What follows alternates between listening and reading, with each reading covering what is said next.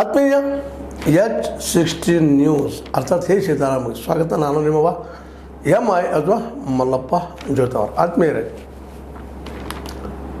ನಿಜವಾಗಿಯೂ ಇವತ್ತು ಹೆಮ್ಮೆ ಪಡುವಂಥ ವಿಷಯ ಏನಪ್ಪ ಅಂದರೆ ನಿಮ್ಗೆ ಗೊತ್ತದೆ, ಕ್ರಿಕೆಟ್ನಲ್ಲೇ ಅದು ಭಾರತದ ಪ್ರಬಲ ಸ್ಪರ್ಧಿ ಪಾಕಿಸ್ತಾನನ್ನು ದುಬೈನಲ್ಲಿ ಸೋಲಿಸಿದ್ದು, ಅದು ಚಾಂಪಿಯನ್ಶಿಪ್ ಟ್ರೋಫಿಯಲ್ಲಿ ಒಂದು ದಿನದ ಆಟದಲ್ಲೇ. ಯಾಕಂದರೆ ಅದು ಹಿಂದಿನ ಒಂದು ಚಾಂಪಿಯನ್ಶಿಪ್ ನಮ್ಮ ಪಾಕಿಸ್ತಾನ ಇದ್ದಂಥದ್ದು, ಅದನ್ನು ಇವತ್ತು ಸೋಲಿಸಿದ್ರು.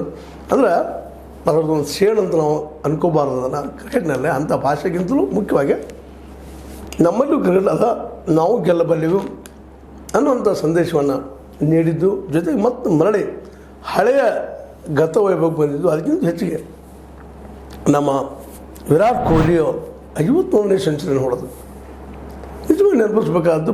ಭಾಳಷ್ಟು ಸೋಲ್ತಾ ಬಂದಿದೆ ಇತ್ತೀಚಿನ ದಿನದಲ್ಲೇ. 2023 ನಂತರ ಅವರು ಶತಕನ ಕಂಡಿರಲಿಲ್ಲ. ಫಾಸ್ಟ್ ಅವರು ತಮ್ಮ ಹಳೆಯ ದಿನಗಳನ್ನು ಮರೆತಿದ್ರೇನೋ ಅನ್ನುವಂಗೆ ಆಗಿ ಹೋಗಿಬಿಟ್ಟಿತ್ತು. ಬಟ್ ಇವತ್ತು ಕೇವಲ ಶತಕ ಅಷ್ಟೇ ಅಲ್ಲ, ಗೆಲುವು ಭಾಳ ಮಹತ್ವದ್ದಲ್ಲ. ಆ ಗೆಲುವು ಸಾಧಿಸಿತ್ತು, ಅದು ಪಾಕಿಸ್ತಾನವನ್ನು ದುಬೈನಲ್ಲಿ ಸೋಲಿಸಿತ್ತು. ಹೀಗಾಗಿ ಪಾಕಿಸ್ತಾನ ಒಂದರಿಂದ ಈ ಟೂರ್ನಿಂದ ಔಟ್ ಆಯ್ತೇನೋ ಅಥವಾ ಔಟ್ ಆಯಿತು ಅಂತ ಮಾತು ಕೇಳಿಬರ್ತಾ ಇದ್ದಾವೆ.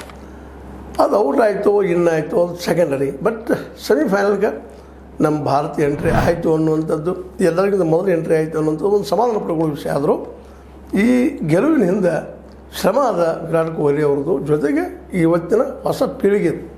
ಯಾಕಂದ್ರೆ ಶುಭ್ಮನ್ ಗಿಲ್ ಆಗಿರ್ಬೋದು, ಶ್ರೇಯಸ್ ಅವರಾಗಿರ್ಬೋದು, ಇನ್ನುಳಿದವರಾಗಿರ್ಬೋದು, ಹೊಸ ಆಟಗಾರರೆಲ್ಲರೂ ಇವರೆಲ್ಲ ತಮ್ಮ ಶಕ್ತಿಯನ್ನು ಪ್ರದರ್ಶನ ಮಾಡೋದಷ್ಟೇ ಅಲ್ಲ, ಈ ತಮ್ಮ ಆಟವನ್ನು ಪ್ರಬುದ್ಧತೆ ಕಡೆ ಒಯ್ತಾ ಇರೋದು. ಜೊತೆಗೆ ಈಗ ಇನ್ನೊಂದು ಮಾತು ನಾವು ಇಲ್ಲಿ ಗಮನಿಸ್ಬೇಕಾಯ್ತು. ಏನಪ್ಪ ಅಂದ್ರೆ, ನಮ್ಮಲ್ಲಿ ಯಾವಾಗಲೂ ಭಾರತೀಯರಲ್ಲೇ ಪಾಕಿಸ್ತಾನದ ಎದುರು ಆಡೋದಪ್ಪ ಅಂತಂದ್ರೆ ಒಂದು ಮೊದಲ ನಾವು ಸೋತೀವೇನೋ ಅನ್ನುವಂಥ